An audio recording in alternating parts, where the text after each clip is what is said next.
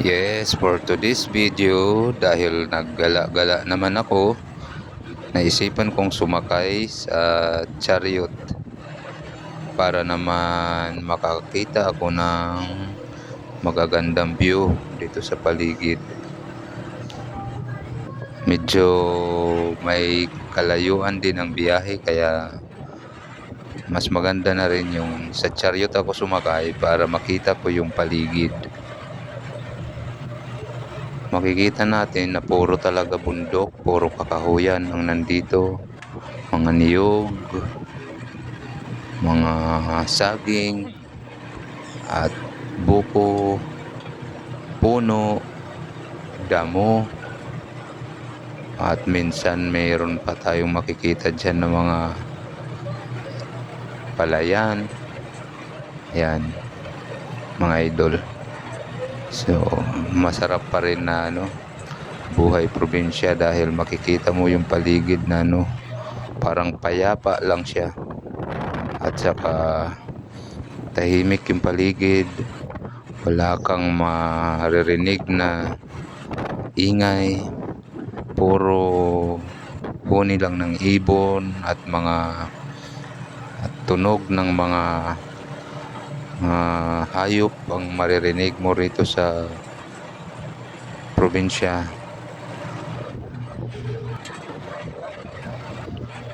Mapapansin din natin dito sa kalsada na to na walang ibang dumadaan na sasakyan. Napansin nyo rin ba? Wala kaming nakakasalubong na sasakyan dito sa kalsada na to. Kasi bibihira lang ang sasakyan ditong dumadaan sa kalsada na to. May parting rough road pa nga dyan. Bandang may kunting parang creek. Yan. Tapos wala kaming nakasalubong na ibang sasakyan dyan, kundi kami lang. Meron kang makikitang mga motor na pero ayan guys, mga niyogan, mga niyog. Ayan. Tapos ayan, dahil kulang daw sa gasolina, magpapagasolina muna si mamang driver.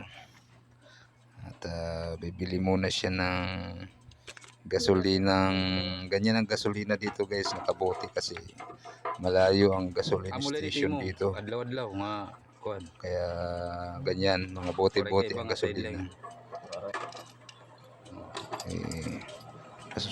Mas pa kasi isa naman. Ayun, may sasakyan din pala. Ayun. May sasakyan din palang iba. Kaya lang bibihira. So ayan, patuloy na kami sa biyahe namin papunta sa bayan. Pero ayo pagpila da. Ayo ada pagpila kay dati ni Sir nga butaw. Layo-layong biyahe. Layo ang biyahe guys, mga idol. Kasi itong kalsada na to, tingnan nyo, halos hindi nadadaanan ng ibang sasakyan.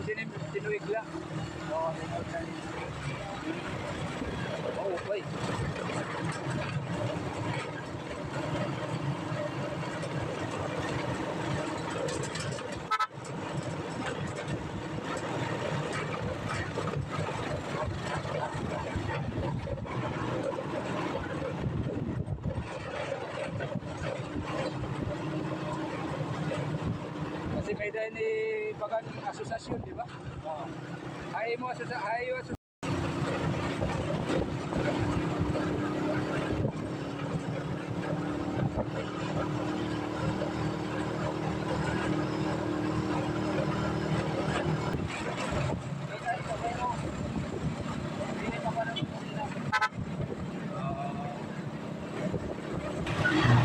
Nandito na kami sa Maharlika Highway, mga idol. Ang Maharlika Highway ay isang highway na kumukonekta mula Luzon Visayas hanggang Mindanao ito. Maharlika Highway. Ang Maharlika Highway ay pinagawa ito nung panahon ni Ferdinand Marcos Sr., yung tatay ng ating Pangulo ngayon. Ito ang nagpagawa ng highway na ito mula Luzon hanggang Mindanao. Ito yung Maharlika Highway na to. Dito dumadaan ang lahat ng mga sasakyan mula Luzon hanggang Mindanao. So malapit na kami sa aming bahay, kaya dito na kami sa highway dumaan. At ganda ng view dito sa mga bundok saka mga niyugan. May sinusundan pa kaming tricycle na may sakay na aso. Nag-overtake kami kasi ang bagal yung aso, tahol ng tahol. Yun. Dito na tayo sa kilometer 14 kung saan may video ako tungkol dito nung nakaraan. May video ako dito sa kilometer 14 na to. Ito yung pinakamataas na highway. Parang tuktok ng bundok. Dito yun makikita yung kilometer 14. Yan, mabilis ng takbo namin dyan guys kasi highway na tulin ng chariot. Matulin pala tumakbo ito. Ang init na ng araw kahit actually hapon na yan, mga alas 5, pero ang araw mainit pa rin.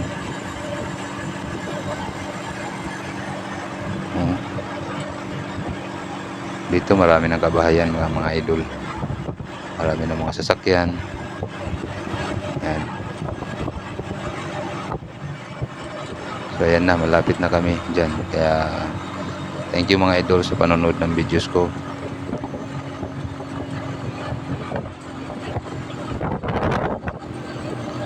Ito na, paakyat na kami sa pinakamataas na parte ng highway ng kilometer 14. Sa pinakatuktok na ito ng bundok ng kilometer 14. Yan, ito na yung pinakamataas na level. At ngayon pababa naman kami. Pababa na to hanggang doon sa bayan. Yan, makikita natin dito yung bayan namin. Ayan, sa baba. Nakikita rito mula sa taas. So, thank you guys sa panonood. Sana manood kayo sa mga susunod kong videos. At please subscribe na rin.